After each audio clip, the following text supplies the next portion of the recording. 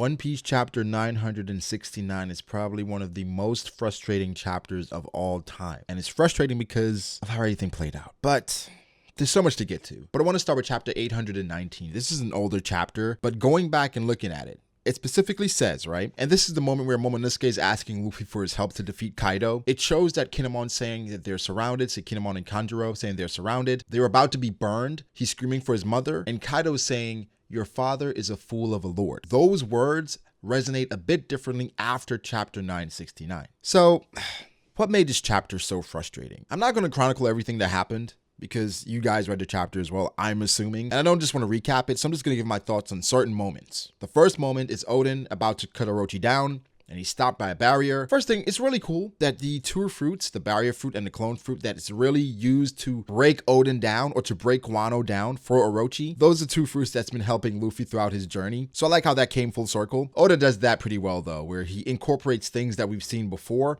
It makes it seem more structured, like everything is happening for a reason. So we're seeing things that we're seeing in real time, we're seeing it back then, and it gives me a greater feeling of fulfillment. It's a weird thing, but I enjoy it. However, Oden is about to cut down Orochi, and Orochi is protected by the barrier. I'm not sure if Oda is doing this intentionally, but I'm feeling Blackbeard vibes from Orochi. Like when he was about to be cut down by Oden, he had this fear in his eyes and he was genuinely scared of Oden. Then he's saved by the barrier, then he changed his whole tune. Now he's telling Oden exactly what happened. He's telling him what he's gonna do to his family. He's telling him that he's not giving him back the title. I think Orochi's been a good villain. I know a lot of people hate him because he's a scumbag, and that's, again, intentional. But how he's been doing things, I'm enjoying it. This moment is important, not only for Oden, but also for the reader. We've been anticipating this. Oden coming back from his journey with Whitebeard and Roger, going back to Wano, and finally confronting Orochi and Whitebeard. People were saying in my comment section for my last video, were saying that, Roger, you're wrong. Oden is going to die as soon as he gets back to Wano. I'm not sure what timeline you're talking about. Guys, it's clear. Oden had to occupy Wano for years because he didn't die immediately upon returning to Wano. Roger died before him.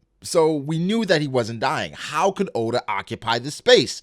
Well, now we know. First off, the importance of this moment. Oden is representing hope. Like I said, for the fan base, we've been waiting for this moment, him going and confronting Orochi. Orochi has been a scumbag ever since Oden was gone, or even before Oden left, by tricking Sukiyaki and finding a way to take the title of Shogun, using the old hag. Her name being Kurozomi Higurashi. But Oden was supposed to curb all that. From chapter 960 onward, Oden was characterized in a certain way. Oda was telling us how Oden was. Brash, impulsive, prideful, dangerous, and very strong. This exact moment and the outcome is the exact opposite of what we expected from a character like Oden. Knowing how Oden was, the expectation was to go in there and cut Orochi down, cut everyone that supports Orochi down immediately. But the issue with it is that we know that Orochi doesn't die. We know that Kaido doesn't die. So how did they curb this man, this Chad, as everyone says? How did they stop him from destroying everything that doesn't endear Wano or help his family, his scabbards? How do they stop him? For the people of Wano, enduring factories being built, their country falling apart, a Kozuki coming back was a ray of hope again. And they gathered because they felt like with the Kozuki being back, everything would go back to the way it was. People would thrive again.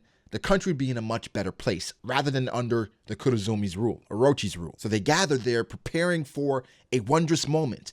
Oden coming out and declaring everything back to normal. And they can finally start living their lives the way that they were. And I think Orochi, why I'm really enjoying him as a villain, is that he knows how to break people. Remember with Kamazo? That was Orochi using the smile to break him down. And again, he's a scumbag. We understand that, but he understands people. And he's using these things in the understanding of people to control them. So for him, he said, okay, so you're gathered outside and you're expecting this ray of hope. How can I break you? I know I'm going to send a poisonous arrow into the crowd to have you disperse.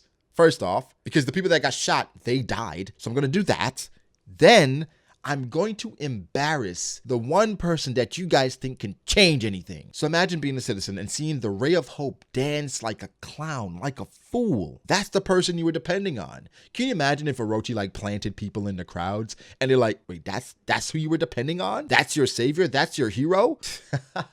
Come on. Like, you think that guy's gonna save you? It breaks you down. In some ways, that helps Kaido's agenda, in which one thing that Kaido said that always resonated with me was that he didn't want the people to know that Luffy was a pirate. He wanted to keep all that information out of the country. So Orochi oppressing these people, that's aligned with Kaido because it seems like he's all about control. I understand the frustration. How do you make sense of this? The Chad Oden that we know would never do something like this. So it must be the old hag, right? It must be her doing everything to sully Oden's reputation, to break the people down, using the hero that they felt like would represent them and trash his character. And it's been 5 years. The old hag was pretending to be Oden for 5 years. I think that's Oden.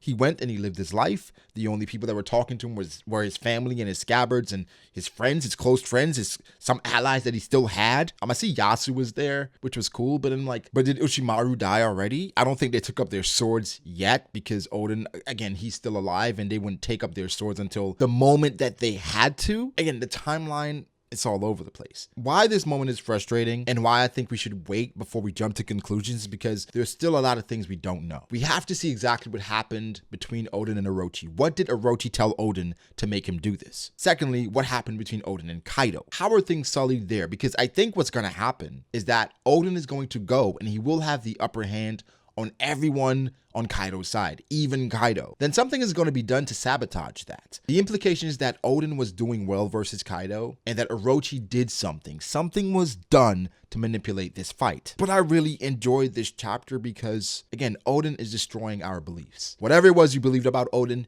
change it now. But should you really change it? It's like one of those things where you have a friend, right? And you've known this friend for 10, 15 years. Then they do something completely out of character. Then it's like, were you always that one thing that I really dislike? Or are you this person that I've seen for this many years, that we've known for so long? Or were you pretending?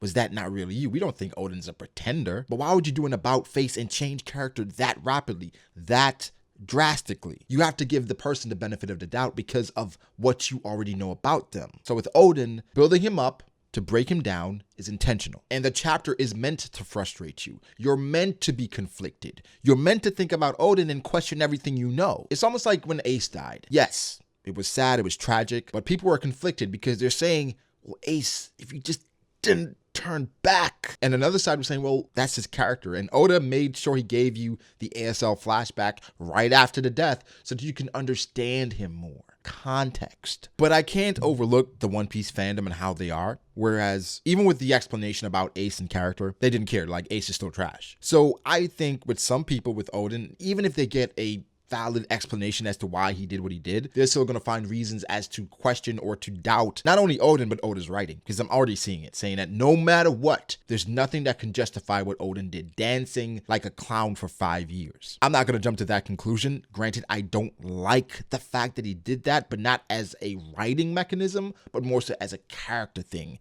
because of the character that we knew and what I wanted from Oden, the Chad, the man, the legend. I didn't get that. But the frustration in the midst of all that, I understand that's what Oda wants. He wants to get a rise out of you. For you to feel like you've been played, you've been swindled. The Oden that you know, that's not what you got. But it's also weird because the thing that broke him was the fact that Hiroguro and his wife, well, not Hiroguro, his wife, Hirogoro's wife, died, as well as some underlings. So for that, it's like, why did that break you? Granted, in chapter 935, I was just reading that chapter. That's the chapter with Shinobu and they were in the bathhouse. And she was saying that Hirogoro is someone that Oden looked up to as a child. But why did that break him? You know, why didn't the fact that he tried to kill his wife break him? Why didn't he attack Orochi immediately? Why did he subject himself to that humiliation for 5 years? Granted, I mean, everybody has a breaking point. In the face of adversity, how many people would react differently? You never know someone's breaking point and what exactly is going to break them. But that moment, finding out that about Hirogoro and his family, that was it. I want to take the time out also to acknowledge Oden's growth. The Oden before traveling with Whitebeard and Roger would have never done this, ever.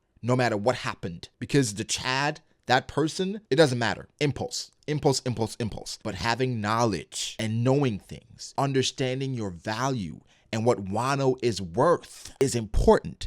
We can't forget that Oden now knows the history of the world. He knows what the One Piece is. He knows everything. So if Wano as a country is important to the outcome of the actual world, he's going to have that as priority even over his family, himself. His pride, that's small in the face of whatever it was and what Wano represents. He was saying, we have to open the borders of Wano. Even if I'm not here, that has to happen because he knows something. So if Orochi and Kaido were threatening the existence of Wano, like if they were planning on decimating Wano if Oden forced his way in, it makes sense. But Oden threw that all away. At some point, it broke him. So Oda makes sure to let us know at the end of the day, he's human. But this happens a lot in anime and manga where people forget that these characters are meant to be human and have human emotions. So they look at the logical outcomes where it's like, well, logically you should have done this. With characterization and understanding human character, humans don't always do what they should. Sometimes you do what you can, other times you do what you must. You don't always do what you should. We've all been in situations where we know what we should do, but we don't do it. We still do the thing that's probably frowned upon, that we probably shouldn't, but sometimes just human nature. You just want to do the things that you probably shouldn't do. Again, it was weird seeing him bowing to Orochi. Orochi's foot is on him. Orochi casually strolling into Kuri saying he's going to build factories. It was not the Oden that I thought I knew, but I understand that's what Oda wants. I like the fact that his people still spoke to him. His allies, his scabbards, his wife, they didn't give up on him, but they knew something was up. They were just waiting patiently for that moment where Oden said, let's go. We're going to Onigashima. We're going to fight Kaido. We're going to fight Orochi. We're taking the country back by force. They were just waiting. That panel with all the scabbards walking across the bridge, assembled, ready for war, chills. It was fantastic. I'm with you. I'm frustrated. I'm anxious. I'm excited. I'm wondering what the hell is going to happen. How could these things happen this way? Why Oda chose this route? Because again, I knew, and I said in my last review, Oda has to occupy this space. There has to be a reason for them to coexist for so long. What is that reason? But we don't know everything. We know a bit. So wait for context. Wait for some explanation, then judge, then come to your conclusion. There are other few things, small things that happened outside of that, where Kaido versus Moria happened this chapter, right? We saw a younger Moria, and I'm going to talk about Moria in depth a bit later. Not in this video, but in another video. And also Shinobu. Shinobu's role is going to be important here because she saw everything go down. I don't think she told anyone what happened. And people were saying that she could be the traitor. I don't think that at all. One thing Shinobu has been is annoying, and that's because she's so adamant on taking down Orochi. She's so hell-bent on someone else being the traitor and someone else ruining the plan because she saw everything go down, and I think she wants to honor Oden by following through and opening the borders of Wano. But I think more so she wants to take down Orochi and those guys because remember, she was a former Oniwa Banshu. She was serving Fukurakoju. And Fukurakoju, he's now serving the Kurozomi, so then she left him. So at that point, she was probably with the Oniwa Banshu, but she stumbled upon that meeting and then she probably made her decision. But I don't think she told anyone. Like, the honor of a man, I think she respects that and knows that if somebody does something like this, they do the ultimate sacrifice, their pride and their representation of what their entire country thinks of them. Because remember, him not fighting Orochi and Kaido immediately, he's trampling not only on his family's honor, his father's honor, the honor of a Kozuki. He gave that all up for what? I'm thinking for the people of Wano, but not only for the people of Wano, the world. Because remember one thing that Pedro said, those two cannot die. Inarashi and Nekomamushi, the dawn is waiting for them. So there are other things at work here. We just need more context. More context. So guys, just give me your thoughts. What do you think? What are your thoughts on this? How do you feel about it? Just vent in the chat. Be sure to like the video if you did though. If you're here this long, you might as well just like the video. Subscribe as well, that helps. And follow me on Twitter at BragoDAce. Follow me on Instagram at BragoD.ace. Join the Discord if you like to stay updated on when chapters come out. A bunch of different things. We are over 9,000 strong in the Discord right now. The goal was 10K by the end of the year. I think we might hit that by the end of this month. So that's insane. So join the Discord, a lot of fun in there. Shout out to my patrons. I appreciate you guys so much. Update for reactions and etc. coming tomorrow. This chapter, just so much going on. I'm really loving the flashback, obviously. I really can't wait for next chapter. It's going to be insane. Again, if you got this far, you enjoyed the video, like the video, right? Subscribe to stay updated for more content like this. And I'll catch you guys in the next one. Peace.